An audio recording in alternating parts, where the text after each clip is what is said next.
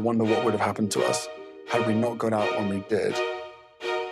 How would your mom feel about your relationship with your brother now? I think she would be heartbroken.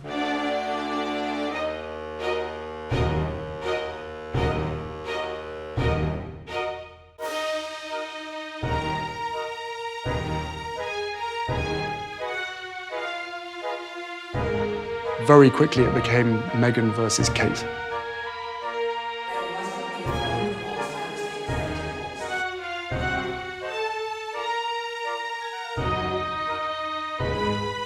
It's one of the reasons why I won't bring my wife back to this country. Willie was the heir, whereas I was the spare.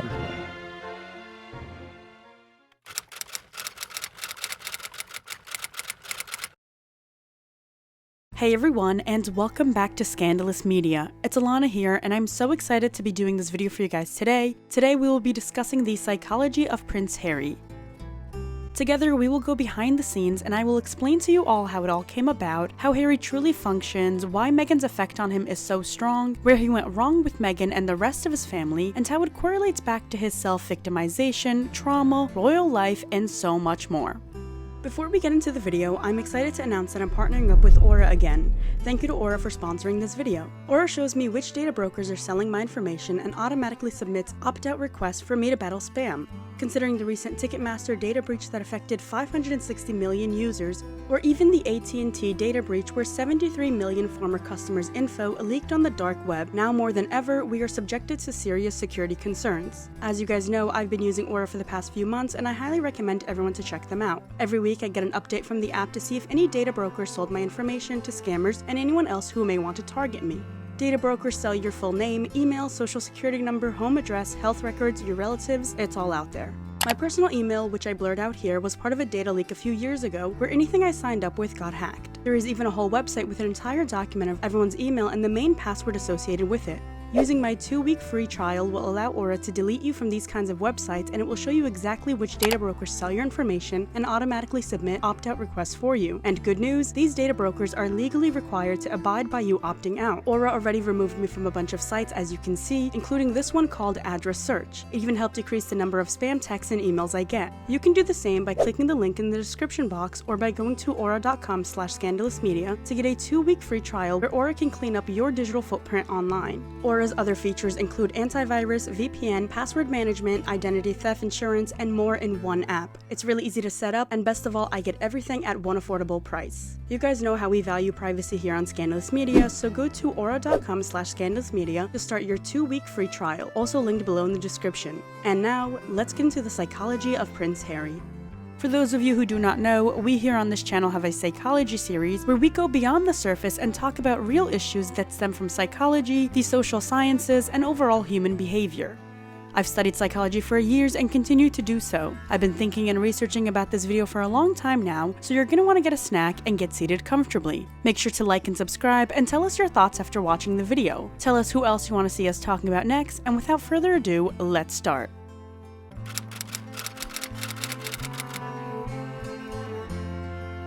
There's a certain order that usually takes place in families when siblings are lined up from oldest to youngest. There's always a certain stereotype about each sibling when categorized into groups. The oldest child is often seen as the most responsible, the middle child finds themselves ignored, and the youngest is often spoiled and demanding. The same way it happens to families all around the world, this type of sibling categorization will happen to even those in line of the British throne. Even if it's just 2 siblings, even if they're both the same gender and around the same age, this categorization will find a way to fit itself with just about anybody. Prince William was born on June 21st, 1982, followed up 2 years later, and his brother Prince Harry was born on September 15th, 1984. While it's only a 2-year age gap, the differences between the brothers are hard to miss. Prince William was born to be king, and even Harry understood this. This shocked the adults around Harry because he was as young as 4 or 5 years old when he would say, "It doesn't matter anyway because William is going to be king." In Harry's world, being the second son is a brutal awakening, and it's almost as good as being a second-class citizen. The heir and the spare, I was the shadow, the support, the plan B.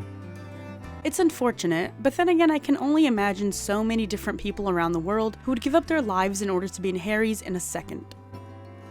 Nothing in life has to be as dramatic as humans make it, but the phenomenon of second sons is so well known it has a name, which is called second son syndrome. Depending on the type of person you are and how you handle situations, being the second-born or even third-born doesn't always box you in a group. Some handle it better than others, and then some get so riled up in insecurity that it allows them to compete and even hate their sibling. The funny part is, it's really all just based on order of luck. He grabbed me by the collar, ripping my necklace, and he knocked me to the floor. He came back looking regretful and apologized. Before leaving, he turned and called back, "You don't need to tell Meg about this." Even then, it's not just the children who handle it in many different ways, it can also be the parents.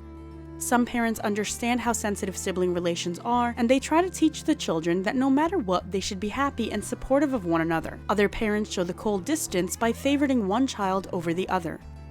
In the case of Princess Diana, she brought up both Harry and William with the knowledge that one day William would be king, and that they should both be humbled by their blessings and responsibilities. She wanted them to maintain a good friendship and siblinghood even if they were destined for different roles in life.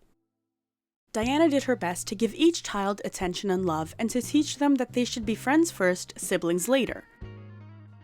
To keep Harry's emotional well-being intact, Diana gave Harry all of her undivided attention. She was always worried that he would grow up feeling less than and less important, so she made sure her emotional and physical attention was always on him. And Harry is undoubtedly a mommy's boy. Diana has famously said the lines to the staff at the palace, "You take care of the heir, and I'll take care of the spare," showing just how much she was ready to support Harry in fear that he would turn out to hate his brother or feel less than him.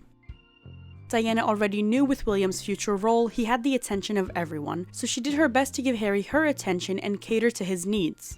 Princess Diana also wanted the boys to have a normal childhood, and she wanted to normalize the topics of feelings and emotions behind the palace walls, so she oftentimes gave a lot of care and attention to someone's feelings. Some people in the palace believed that the crown should be run by logic and productivity, and were against Diana's need to cast an emotional shadow on her daily decision-making. Those same people have even questioned if Diana is making the boys too sensitive, and therefore their decision-making in the future might be altered by their heightened emotions. With William being king in the future, nobody wanted to take that risk. And seeing how Harry functions, we can agree that sometimes too much emotion in public is also a bad thing. That being said, Diana did revolutionize the way of parenting for people who thought it would be best to be formal and strict with kids. She showed that even though her kids were royal, it was still important to be playful and silly, showing that type of love and support. The differences between Harry and William can be seen in how attached they are to their mother. As much as William was attached to Diana, he quickly understood that he needed to take on a more traditional approach to his lifestyle. It's clear that William takes after his father, King Charles, more, and that Harry takes after his mother. This also falls under the stereotype that the oldest child, in this case William, is more socially liked, academically successful and reliable, and Harry is, well, he's there too. In almost everything both boys did, William either did it better or did it differently. Harry was sweet and soft and loved nothing more than being with his mom, shying away from the outside world. My secret is, believe it or not, I get incredibly nervous before public speaking, and despite the fact that I laugh and joke all the time, I get incredibly nervous, if not anxious actually, before going into rooms full of people. William was more dominant, and you can feel his presence a bit more than Harry's. He asserted himself, and his personality had some subtle aggression to it, proving that he knew how to handle himself in serious situations. Of course, there were many pros to Harry as well, and there were the things that he loves and does better than William. For starters, between both boys, Harry was much more athletic. He loved riding horses and was a better fit for sports than William was. Harry also loved the military from a young age, and during his time in the army, he made choices that showed he was brave and a good leader. During Harry's army times, he was treated as a hero.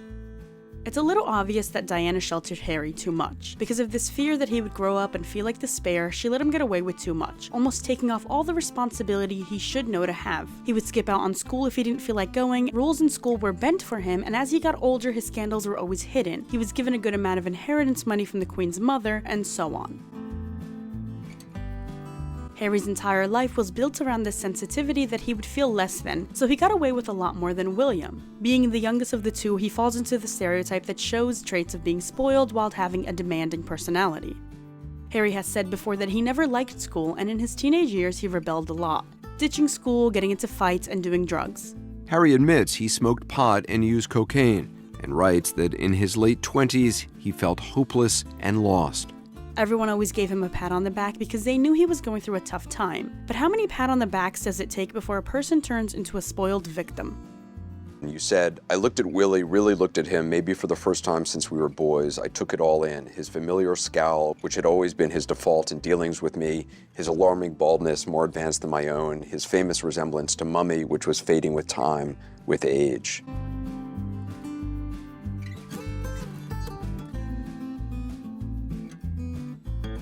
It's pretty cutting.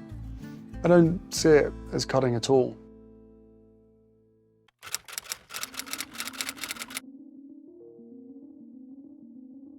Harry grew up without having to face many consequences. This is evident in the behavior he exhibits in his adult life. He walks around allowing himself to look like a fool because he doesn't know any better. After all, he was never taught to learn the hard way. It was always, oh, he's failing class? Well, let's change the rules for him. Oh, he's getting into physical fights with a paparazzi? Well, let's be patient with him. He lost a loved one because of the paparazzi. Oh, he's forcing the palace to put out a statement defending his girlfriend? Well, let's let it slide. He deserves to feel as cared for as William. Oh, he's allowing staff members to be slumped over their desks crying because whatever Meghan wants, Meghan gets? Well, let's be kind. Harry was always one to be known to be irrational, and we can always get new members. Those are just a few examples out of the many. He is so spoiled that he doesn't even realize how spoiled he is. Any type of advice someone tried to give him about Meghan, he stomped his foot until everyone felt like they were walking on eggshells around him. When his brother tried to tell him to take it slow with Meghan and how his advice would be similar to their mother's had she been around to see how fast Harry was moving, he told William that he was just jealous of him. His alarming baldness, more advanced than my own, his famous resemblance to Mummy, which was fading with time, with age. It's very dangerous to go around thinking that all advice is below you and you know what's best, because now look at where Harry is. He went from respected prince to desperate Hollywood social climber. I wish I had been involved in the Meghan and Harry leave Spotify negotiation. The fucking grifters. That's the podcast we should have launched with them. Turns out Prince Harry and Meghan Markle will still get paid millions of dollars for doing absolutely nothing. And that's just by Netflix. And the worst part is, Harry used to be a fan favorite. People loved Prince Harry, sometimes more than William, because to them, Harry was more of a comfort character. He knew how to be silly, fun, and kind, and he had the support of everyone. But of course, when you allow someone like Meghan to control your entire life for her gain, you're going to turn into the worst version of yourself. And that's what happened with Harry. Any traumatic issue he faced or irrational emotion he felt, Meghan poked at it until he was at odds with everyone he ever knew. They were happy to lie to protect my brother. It was terrifying to have my brother scream and shout at me and my father say things that just simply weren't true, and my grandmother, quietly sit there and sort of take it all in. We can't control our emotions or how we feel, but we can control our actions and our reactions towards them. Harry had no right to burn every bridge with his family, friends, and staff just because he was in denial over Meghan. Not only did she break his bond with his father, brother, grandmother, sister-in-law, public admirers, and the Brits, she also broke his bond with his closest and longest friends, to the point where, by the time his wedding came, he rarely spoke to anybody that he used to know. If someone makes you pick and choose between them or everyone you love, clearly they are not worthy of being in your life. Harry as king would not have even had the chance to date a girl like Meghan, so why not appreciate the good that comes out of being the spare? I genuinely can't fathom Prince Harry being in Prince William's shoes because he doesn't have what it takes to sacrifice things for the crown. Struggling to accept the burdens of royal life, something he says his father Prince Charles knew well and told him he had to accept. Just because you suffered, that doesn't mean that your kids have to suffer. The amount of royal traditions that were broken for both Meghan and Harry still wasn't enough for him to appreciate his family bending the rules yet again. Instead, he repays them by trying to embarrass them in his book titled Spare, where he pokes at his brother's balding, his wife having baby brain, and how he gracefully didn't allow his fighter jet to hit his father's car as he was driving away. You need help. You need serious help. Harry spoke about William in a way that was so scary because all these stories came with an undertone of resentment. I wouldn't have said Harry resents William before Meghan came into his life. Sure, he had his insecurities with William, and at times he may have felt overshadowed and felt some resentment, but everyone has flaws, and it's one thing to feel something and not act on it, and it's another thing to let that feeling encompass you entirely. 2 years older than me, Willie was the heir, whereas I was the spare. I was the shadow, the support, the plan B. I was brought into the world in case something happened to Willie. I was summoned to provide backup, distraction, diversion, and, if necessary, a spare part. Kidney perhaps, blood transfusion, speck of bone marrow. This was all made explicitly clear to me from the start of life's journey, and regularly reinforced thereafter. What? The stories Harry put out about William were such betrayal that it doesn't surprise me if William never really forgives him for it. For example, when he tried to play victim in Spare and detail the time William fought him in the kitchen. I mean, to put out a story like that and go through the lens of painting yourself as a fool, getting hit by your older brother, just so headlines could spin the story that William is violent, is something he should probably unpack in therapy, because that was wild. Nothing of what I've done in this book or otherwise has ever been to any intention to harm them. He grabbed me by the collar, ripping my necklace, and he knocked me to the floor. I landed on the dog's bowl, which cracked under my back, the pieces cutting into me. Come on, hit me. You'll feel better if you hit me. Do what? You'll feel better if you hit me? No. Only you'll feel better if I hit you. Please, just leave. He asked you not to tell anybody, not to tell Meghan. Yeah, and I wouldn't have done. I didn't until she saw on my back. She goes, "What's that?" I was like, No, but it's not funny. At the end of the day, is it? It's serious. I wouldn't necessarily call someone violent just because they fought with their sibling. He was shouting at me, I was shouting back at him. It wasn't nice, it wasn't pleasant at all. And he snapped. Harry was never cut off by his family the way that he has been now, so it was a huge shock and adjustment for him to see them putting their foot down in a way he may have never experienced before. Since he always grew up with everyone doing something for him, he thought he could demand, stomp, and expose, all while still having the financial and emotional support of his family. About the fact that William, his office, were part of these stories. This wedge created between myself and my brother so that he's now on the institution side. And I get, part of that I understand, right? This is why in 2020, when Harry and Meghan stepped down from their royal duties, they were both shocked to see just how cold the royal family could be, especially to the betrayal from one of their own. He wanted me to hit him back, but I chose not to. But again, so much of the relationship between me and William and the way that it played out, that was being pushed through the British press and some people within his office that were feeding him utter nonsense. On top of being so spoiled, Prince Harry also falls into the trap of victimhood.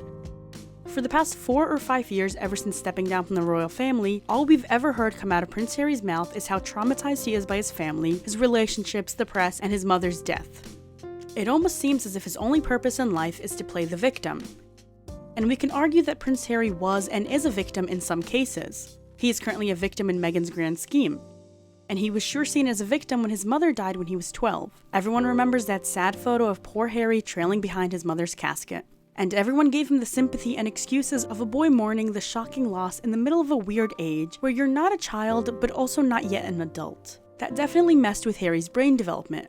But, even Harry and I, over the years, have not talked enough about, our mother. We've never enough. I do think it's incredible how strong and how you've been able to cope, really. So of course he had his issues with the press. He had his scandals that the royal family tried to hide. He was partying, doing drugs, and basically living out life as a frat boy.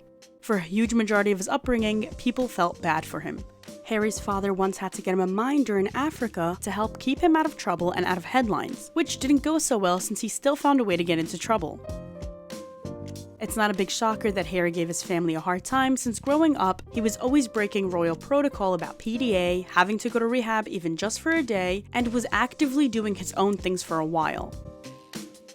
Everyone knows that Harry takes more after his mother than anyone else. Even Diana herself always worried for Harry because she felt like his emotions could easily take over common sense and being logical. And just like the palace knew Princess Diana was more on the emotional side and didn't believe in keeping things too traditional and structured, they also saw how fast Harry took after his mother in being emotional and publicly showcasing it and not abiding by tradition. In some cases, it was good for Harry to not abide by all tradition, and it was refreshing that he was willing to drop the ones he didn't think were important to follow. while in other cases, it was him trying to abuse his power and be difficult on purpose. My father or brother will read the book, but what they have to say to me and what I have to say to them will be in private, and I hope it can stay that way. But the accusation will be, here are you invading the privacy of your most nearest and dearest without permission. That'll be the accusation, right? That'll be the accusation from the people that don't understand or haven't or don't want to believe that my family have been briefing the press solidly for well over a decade. The way Harry treated his family after Meghan came into his life is so distasteful because he completely forgot about everything they did for him and how they supported him, such as how his father, King Charles, was actually the one in charge of bringing all the black elements to Meghan's wedding. While Meghan was too busy cutting off her family members, both black and white, the royal family was doing the most to make her feel included. More proof of this was when the Queen brought out Samantha Cohen from retirement to help Meghan acclimatize to the royal family because she wanted to give her the best help possible. Samantha had been working for the Queen for 18 years and was nicknamed Samantha the Panther because of how much the Queen trusted her. Meghan and Harry were both so difficult to work with that when Samantha Cohen brought someone else to train to take her position, the person quit in the middle of their Africa trip. So this idea that nobody supported them or tried to make it easier on them is all a tactic being used for sympathy. My mom or my friends or them calling me crying just like, Meg, they're not protecting you. As much as the royal family has their issues, behind palace doors they did their best to give Harry as much fair treatment as they could because he's their family and there was always going to be love and support for him. So how he viewed everyone's advice as sabotage was sad to see. Queen Elizabeth's mother, the Queen Mother, aka Harry and William's great-grandmother, passed away in 2002, and when she did, she left her great-grandchildren a massive inheritance.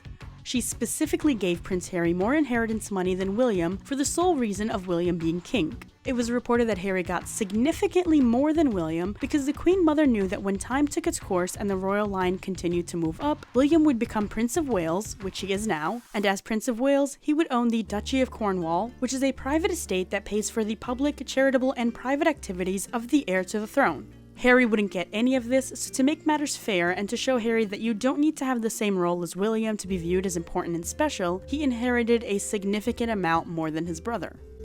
Yet his royal victimness didn't remember any of this when he went on to sign multi-million-dollar deals just to trash-talk his entire family to entertain the Hollywood industry who maybe gave him just 2 minutes of their time. Prince Harry's actions alone show that he doesn't have the grit to be king. He wouldn't last a week without running off, and I don't even think he wants it as badly as he thinks he does. I think it's one of those things where he can't have something, and because of that he suddenly needs it more than anything. There has always been this competition between us. I genuinely don't think Harry wants to be king or even be William, but he's just so easily molded and triggered that you can hit him from any angle and it will cause a huge reaction. It's like he doesn't know how to self-soothe, or all the work he did in therapy went flying out the window when Meghan showed up.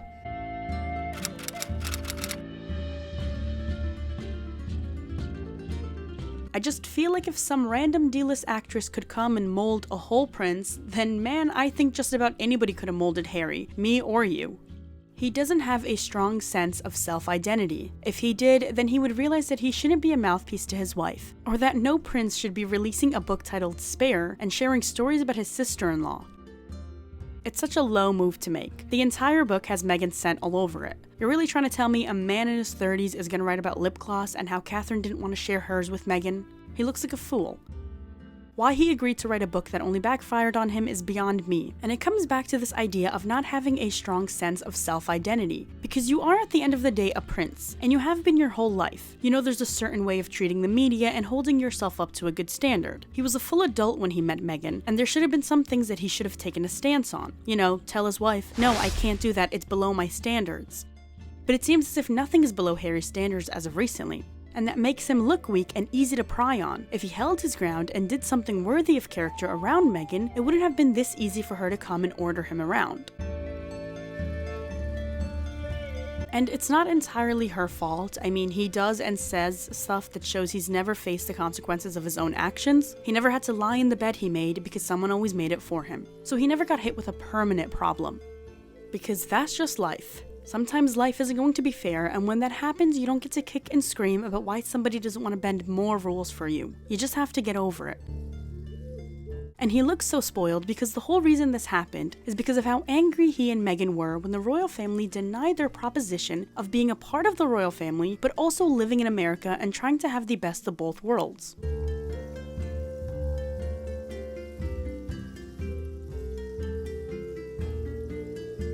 They wanted funding from the royal family, which a large sum comes from taxes, so that they can go and spend that money in America, work on their personal careers, and then come back to the UK when there was a fancy party to attend. Anybody could have told Meghan and Harry that this was a horrible idea, and no, it's not just because you think your family's out to get you, it's a horrible idea in general that would not have gone over well with anybody. If my tax money is funding the royal family, and they are technically public servants here to help the country I'm living in because basically I'm helping pay them, why would I then not riot or be angry when suddenly I'm also funding 2 members just so they can spend that money having, I don't know, yacht parties and kissing up to A-listers in a different country? And Harry, had he had a strong sense of self-identity and wasn't constantly thinking, poor me, he wouldn't have allowed himself to be seen as a fool, or even worse, a sellout. When Meghan first met Harry, she genuinely thought being a royal meant everyone catering to you and you getting everything you want without having to worry about following rules. Basically the life of an A-lister. A-list celebrities have everyone working to make them happy, catering to them, and finding ways to make them more successful. Meghan thought royal life would be just like Hollywood life. So when she did come in and had all these demands and specific details about how things should be done, Harry should have stepped in and made her understand that the palace doesn't work for you, you actually work for it. In Lady C's book, Harry and Meghan the Real Story, she says, royalty has a different structure. The quarters organize and advise, the royals perform but do so within well-defined boundaries. Royalty is an ensemble act. Each player exists to enhance the crown. The monarch is the chief player. The importance of each player thereafter is determined by their proximity to the throne. In shorter terms, everyone has to play their role for the crown to continue functioning. If someone part of the team is destructive or has other ideas, it messes up the balance and structure, and so it is best if they are out. Harry and Meghan didn't want to be team players, rushing to use the royal name as an opportunity to have individual careers, and when the royal family wasn't interested in being used, they got mad and tried to expose them with pathetic attempts.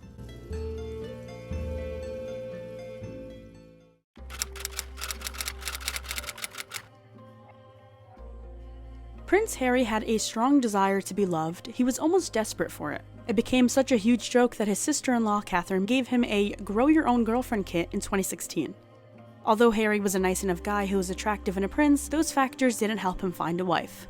No one really wanted to take him on full-time, nobody wanted the job for it. It's been reported that Harry has a lot of emotional problems, that he could be unjustifiably angry and out of touch with his feelings. He didn't realize when he was being overly clingy or demanding, and looking at some of the things he needed in a relationship, it does seem like Harry was always trying to chase a mother's love in a girlfriend. That's a lot of pressure to put on someone, and it's also a lot of emotional work that one shouldn't sign up for when you start dating. You ever wonder why people always say, don't mother a guy you're interested in or dating? Because oftentimes either the guy runs away from a girl mothering him, or he allows her to mother him so much that it becomes insufferable for her. Harry's issue is that he wanted a girl to mother him, not necessarily because he wanted her to cook and clean for him, but because in some subconscious way, he was always trying to re-find his mother's warmth and love in a girl. So much of what Meghan is and how she is so similar to my mum. She has the same compassion, she has the same empathy, she has the same confidence. She has this warmth about her.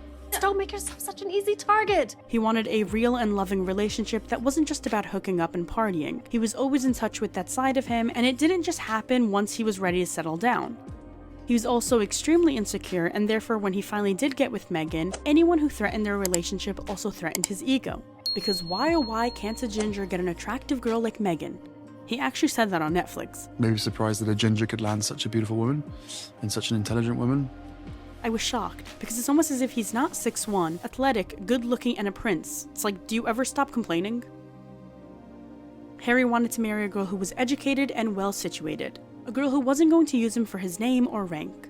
Ironically for Harry, the girls he met that were well-educated and situated were simply turned off by the job of being in the royal family. They had their own things going on, and they would quickly realize that they probably wouldn't be a good fit for the monarchy, nor did they want to be. Harry's longest relationship was with Chelsy Davy. They dated on and off for about 7 years. Harry met Chelsy through a mutual friend. They met in England, where Chelsy was finishing her education at the time, but she was set to return to South Africa, where her family lived, to attend the University of Cape Town. They reconnected again when Harry was in Lesotho. Harry and Chelsy had a lot in common. They were both fearless physically, playing sports, and both being very good at horse riding. They loved going to Africa together, whether that was for charity or just hanging out at her family's properties. Her father was very well situated in Zimbabwe, having properties covering over 800,000 acres, and her mother was Miss Rhodesia in 1973. She had the education and rank of someone Harry wanted, someone who had something going on for them that came from a well-situated family that wasn't going to use him or his family. Ironically enough, he ended up marrying just the opposite type of woman. The media couldn't get enough of Harry and Chelsy at the time. While they were young, trying to navigate their relationship, the press hounded them for a glimpse of their private life. It was reported that they were madly in love, and Harry considered Chelsy his first real true love. When he turned 21, he gave an interview saying, "I would love to tell everyone how amazing she is, but you know that this is my private life, and once I start talking about that, then I've left my own self open, and if anyone asks in the future, then they'll say, oh well hang on, you told them, but why aren't you telling us?" It's crazy how at age 21, Harry was willing to give a more mature outlook on his private life than him in his mid-30s. The man who once used to value privacy now has the media on speed dial. Anything I say about my family results in a torrent of abuse from the press. You're not very pretty, and you're not very bright. I'm so glad we had that talk. And it's funny how in their Netflix documentary, they tried to paint media games on the royal family, but really it's them who try to hide behind privacy while constantly sending information out to the media. After Harry gave that interview when he was 21, him and Chelsy were on and off for 7 years. She dumped him because he missed out on her 22nd birthday to attend the Rugby World Cup. Then they got back together. Then they had to do long distance since Harry had decided to embark on a 2-year training course to help fly helicopters, which had Chelsy change her Facebook online status to "not in a relationship." Then they got back together, and so on the pattern continued. It was a lot of pressure for them to maintain long distance, especially with the press trying to find out more about the couple, and Chelsy feeling like she didn't want to sacrifice things that other army wives and girlfriends go through. By the time of Prince William's wedding, Harry and Chelsy were still not sure on how to navigate their relationship, but their trust and love for each other was so strong that she not only attended all wedding invites and parties, but she helped Harry write his best man speech. By 2012, they were officially done and going their separate ways. Afterwards, Harry on his quest for love was asking friends and family to hook him up with someone. His cousin, Princess Eugenie, set him up with her friend, Cressida Bonas. They were a great fit for a while. And unlike Chelsy, Cressida was used to the press as her family was a part of high society in London.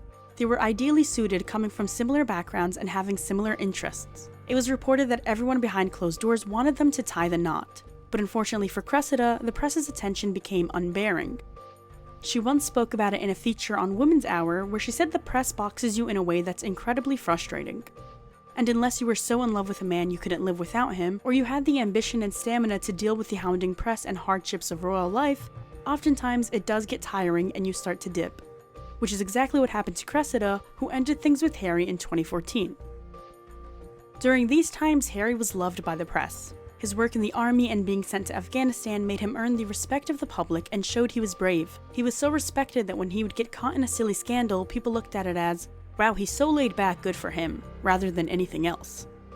The army gave Harry a purpose, and it set him on an individual path that differed from William. His role in the army was a lot less defined as his father and brother. Harry, being the second son, gave him a wider scope of opportunities, and what he did next covered him in glory. When Harry created the Invictus Games, he was praised for his humanitarianism. His work reflected that he wasn't just doing things for glory, but it was for a genuine desire to help others. The Invictus Games are a Paralympic-styled multi-sport event for wounded, injured, or sick armed forces, personnel, and veterans. By the time of the Invictus Games, everyone knew that Harry truly felt for those less fortunate than himself, and he was well praised for it. The army helped Harry flourish because it had structure to it and kept Harry occupied. Harry is someone that does well in structured environments, and he has a strong desire of feeling needed. Harry likes to feel needed and to show his leadership skills, so he's the first one rushing to finish a task or get an assignment done. The point of the story is, while he was very well liked and respected in the eyes of many, he did struggle privately with keeping a girl long enough for marriage. Until 2016, when he eventually ended up meeting Meghan.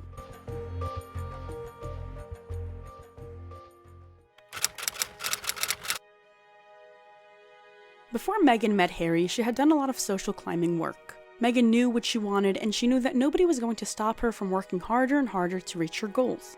By the time Meghan met Harry, she was already familiar with the rich and famous. She was always close enough to be invited to their parties and events, but never close enough to feel like she had fully succeeded. Meghan was hanging around big names like Serena Williams, Jessica Mulroney, and the Prime Minister of Canada, Justin Trudeau, and his wife, Sophie. Meghan's big break came from Suits, and by that time she had already done enough socializing to get her far. She became an excellent charmer, she was well experienced with people, and had gone through all the frightening moments that later empowered her. Now, we all know the story of how Meghan and Harry met, how she pretended to not know anything about the royal family, when in reality many of her ex-friends exposed that she was fascinated by them, how there were many cracks in her story that Harry forced himself not to see. But let's talk about what really made Harry devote his life to her. I'm going to make a part 2 to my Psychology of Meghan Markle video, and let's just say that will be one deep dive you really don't want to miss. I won't spoil too much of it here, but just know that the psychology videos regarding Harry and Meghan all tie in together for one big story. Meghan naturally is a very intelligent and charming person. She has many passions and ambitions, and it's something you can see right off the bat when meeting her. She has a spark in her eye and knows how to pull someone in with her warmth and flattery. Meghan's ex-friends have exposed in the past that Meghan can have a very seductive pull on someone by using manipulative tricks that are hard to resist. I'm gonna let you guys in on a little secret. As someone who has studied psychology, flattery goes a long way. People are addicted to hearing good things about themselves. In a way, we all exhibit a healthy amount of self-obsession and ego that we can't help but want to spend more time with someone who uses our most mundane abilities as if they are the greatest things on earth. That's Meghan's go-to tactic, flattery. Because it's okay not to be okay. Do you see why I'm married to him? He's so smart. He's so smart. He's so smart. He's so smart. He's so smart. I'm fortunate in that, amongst the privileges that I have in my life, I have an incredible partner. And it was just an amazing surprise. It was so sweet and natural and very romantic. I'm flattered. She does it in a very sweet and genuine way. She has an incredible amount of warmth and sincerity, which makes her look extremely believable. This is why I would categorize Meghan as a narcissist from an outside point of view. Now, I don't like to use that term loosely because narcissism is a very real and serious thing that social media has thrown around everywhere. But Meghan's ability to use people with no regard of feeling any empathy is a pretty good indicator that this person is dangerous and doesn't have moral limitations. Even with Meghan's charm and manipulative behavior, some people still have their walls up, especially around people like her. Sometimes it's easy to tell if a person has good intentions or not. You just have to focus on them instead of focusing so much on yourself. While Meghan sits there and inflates your ego, it would be wise to focus more on her than it is to focus on yourself loving the attention and praise. It's why so many people in the palace easily looked through Meghan. They didn't need her flattery or fake sincerity act. They got enough praise from outside the palace walls. They saw the truth in Meghan's attitude, and even if they couldn't see through Meghan, they, such as Prince Philip, could see that she wouldn't be a good fit with a monarchy. What made Hollywood successful is the opposite of what makes the crown successful. What made an actress successful is the opposite of what makes a royal worker successful. People like Prince Philip didn't think it was right for either side to give up what they wanted for something to work out. According to Lady C, Prince Philip told Harry, "We go out with actresses, but we do not marry them." As harsh as that advice sounded, it came from the blunt reality that the two worlds colliding meant that somebody was going to have to give something up. Whether Meghan was ready to give up her entire identity, the working actress, or Harry was willing to give up his entire identity, being a working member of the royal family. In hindsight, it's clear to see that Meghan was never trying to fit in with the royal family, ultimately sacrificing her dreams for a second before having Harry sacrifice his entire life. After that conversation with Prince Philip, Harry told him that he was going to be marrying Meghan no matter what. I feel like Harry might have had a subconscious feeling that Meghan was using him. She was so easy to see through, and the media dug up so many stories about her that it was overwhelming. As much as Harry tried to ignore what the press said about Meghan's intentions, or the fact that he never met her family, he had to have known deep down something is off about their situation. But he wanted it so badly to work out that he overlooked the red flags. He convinced himself they don't mean anything and that they'll figure it out eventually. I also think after everyone telling him to second-guess Meghan and take it slow, he was suddenly so determined to prove them wrong. Because after all, he is an insecure prince. If he didn't marry Meghan, his family would look at him and say, "See, you do need our help." Or he would feel like someone would look at him and think, "Well, he's just not that bright, is he?" And that's why I feel like there had to be some subconscious that was telling him there is some truth in what everyone's saying about Meghan, but she was too good to be true and he held on tightly. He also didn't want to look like he was wrong in front of the eyes of many, so he went through with it and married her. This is where Harry differs from the rest of his family yet again. He always needs to feel needed. With Meghan's charm and flattery, Harry felt something get unlocked in him. A dream he's been subconsciously trying to fulfill. He finally found a mother's love in a girl. It was reported that Meghan fluffed up Harry's ego by telling him he was just as important, smart, and special as his brother. If anything, they could both be a power couple in America since there wasn't enough room for them in the UK. I spoke about this in my first psychology video about Meghan. I said that she uses his trauma to connect with him and make him feel seen and safe. After all, it was reported that she searched for Diana's perfume to wear on their first date. While most women didn't want to deal with Harry's emotions, Meghan made him feel like she was always going to be there for him, taking his side no matter what. Meghan likes to make people feel special. She's the type to fly halfway across the world for you under this fake supportive persona. Her boldness to do so makes her unforgettable, and her support for you makes you blind to all her flaws. I also spoke about this in my other video when Harry asked Meghan to come with him to Africa and she automatically said yes. He was shocked that this woman, whom he only met twice, was flying halfway across the world with him to Africa. But that's what Meghan does, isn't it? She's so undeniably supportive that you think it must be genuine, because who could stick to an act for so long unless they truly meant what they did? Harry was completely enamored by her boldness and supportiveness. Meghan was very vivid and spontaneous, but underneath all of that laid a demand for control. This control, mixed with her other positive traits, let guys know that they needed to up their game if they wanted her. Harry spoke up about this in public, saying that he understood the need to please Meghan. How far was he willing to go to please Meghan? Well, Harry did something notably not done by the royal family, and something that he hasn't ever done with his previous girlfriends either, and that was send out a statement to the media to stop harassing Meghan when they were first dating. The royal family doesn't make deals with the press or respond back to them, so this was yet another rule they broke for Harry. When Harry had them send out a statement, everyone was like, okay. He is very serious about her because he hasn't done this to his other girlfriends who actually got harassed by the media. Now remember, when Harry had them send out that statement, Meghan wasn't being followed by the press. Nobody even knew he was dating her. Has Meghan tipped off photographers since she's been with Harry? I'm gonna have to say no comment. Yeah. No comment? Well, that's not a no. But she started playing damsel in distress, so when the statement was made, everyone could know, oh, Prince Harry is dating some random girl named Meghan Markle, automatically tying her name to his.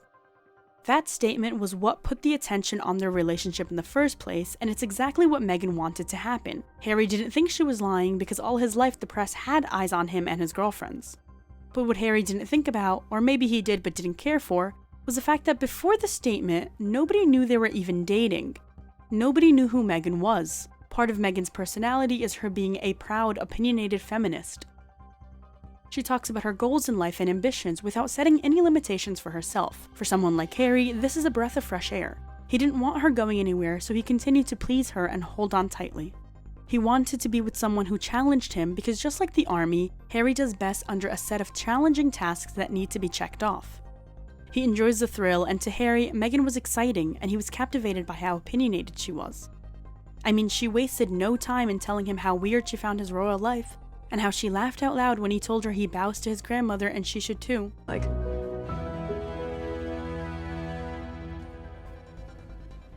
For someone who has broken a few traditions and has been constantly surrounded by people who go by the book, he weirdly enjoyed hearing someone tell him it was silly. In a way, her laughing at his traditions brought out some of the emotions he suppressed about his resentment for royal life and family.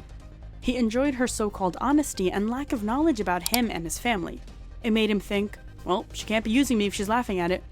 He's got to be an idiot. Meghan claiming to not know anything about the royal family made Harry feel like there was no competition, and that Meghan is just all here for him and him alone. When I had done the genealogy and found out about my heritage the first page and obviously it's called my mom. He can be an individual that wasn't in William's shadow, or better yet, he can have a relationship with someone who hasn't already formulated an opinion about him. Think about it. Harry was never really going to meet someone who didn't have a good sense of who he was.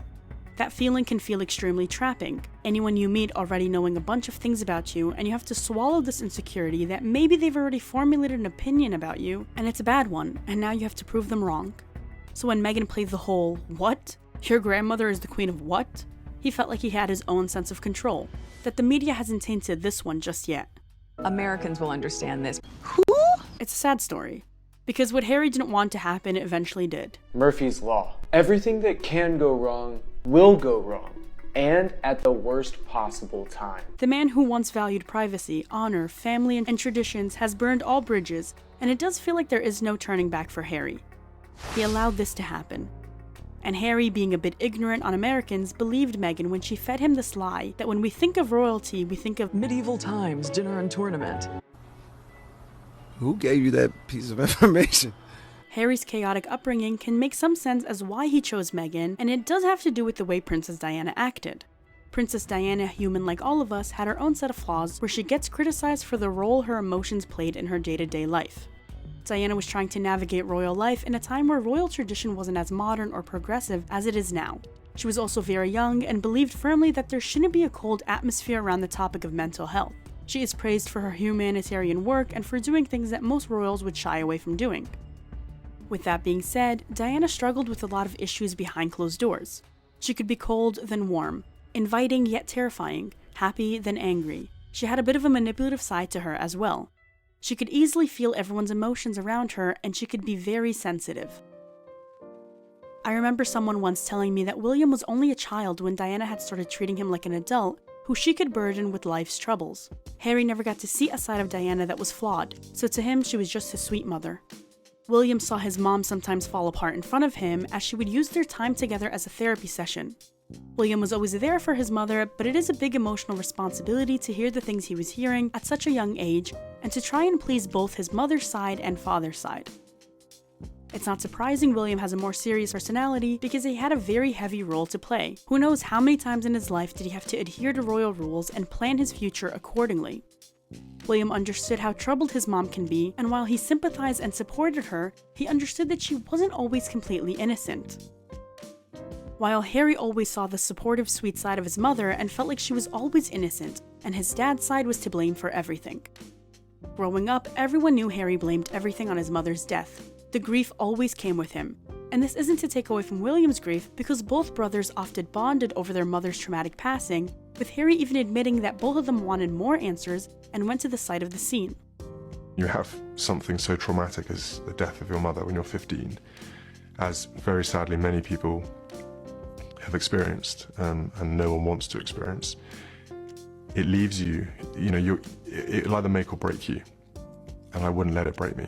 I wanted it to make me. I wanted her to be proud of the person I would become. I didn't want her worried, or her legacy to be that, William or Harry were completely and utterly devastated by it, and that all the hard work and all the love and all the energy that she put into us when we were younger would go to waste. Because William saw more of his mom's messy stages, having been involved in a lot of conversations with her while it was happening, he understood that both his parents had troubles and they both share responsibility of where things went wrong. It's definitely a complicated topic, but Meghan does share some traits of Diana to Harry. Emphasis on to Harry. He has a subconscious familiar feeling of that hot and cold attitude, manipulative tactics between family members, emotional responses, and the list goes on and on.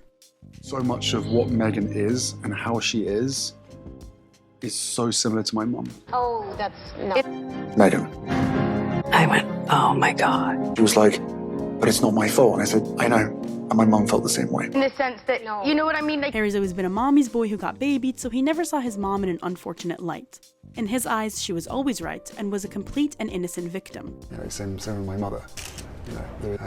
She was absolutely right of what was happening to her. She was absolutely right. She was absolutely right. She was absolutely right. This also meshes in with Meghan's attitude towards Harry, constantly feeding him this narrative that it's them against the world, and Harry feeling very secure because of that. Everyone loves a good us against the world trope. Some of the most iconic couples in movies and TV shows become iconic because everyone watches them go through these challenges and feels satisfied when they figure out a way to stay together against all odds.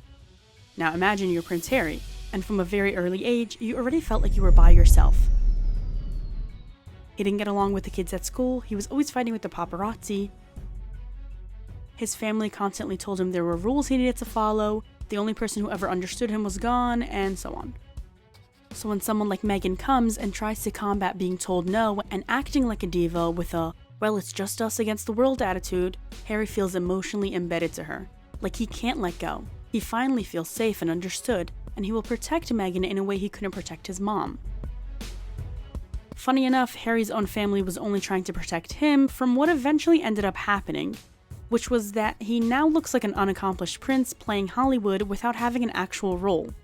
He is still somehow in someone else's shadow because he took all of his weaknesses rather than his strengths. Not even Harry can be Harry anymore at an event more fitted for him than Meghan without her coming and interrupting the whole thing. Whether she's taking a microphone on stage, not making room for Harry for photos, or even extending her hand first when someone walks up to him, it's all there. So yes, congratulations Harry. While being so hell-bent on following Meghan's rules, you somehow went backwards and are now more in the shadow of someone else more than ever before. It's the sad, harsh reality with narcissists. Your needs will never be met and you will have to constantly bend over backwards to meet their every need. Until you have no more left to give.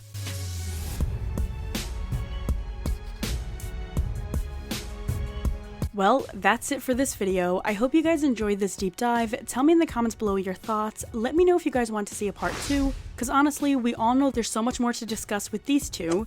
Anyways, thanks for watching. Make sure to like and subscribe. Follow us on our social media. Thanks, and I'll see you next time.